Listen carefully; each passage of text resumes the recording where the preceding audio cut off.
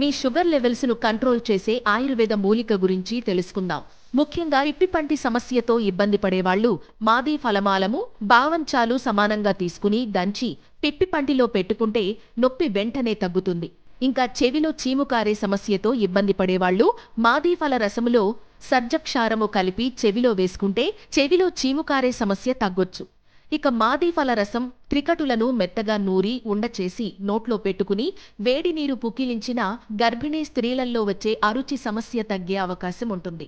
ఇంకా మాది ఫల రసంలో యవక్షారం, తేనె కలిపి సేవిస్తే తలనొప్పి, గుండె నొప్పితో పాటు బ్లాడర్ పెయిన్ కూడా తగ్గుతుందట.